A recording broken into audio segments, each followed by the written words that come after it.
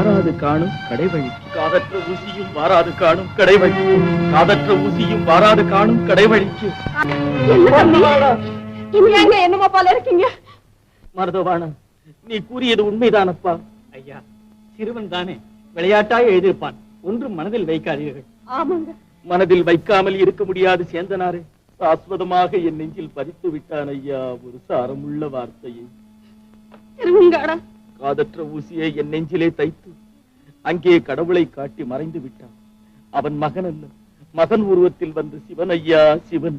பட்டை கிழித்து பருவூசி தன்னை பரிந்தெடுத்து முட்டச் சுருட்டி என் மொய்க்குழலாய் கையில் முன் கொடுத்து கட்டியிருந்த கனமாயக்காரி தன் காமமெல்லாம் விட்டு பிரியவென்றோ இங்கனே.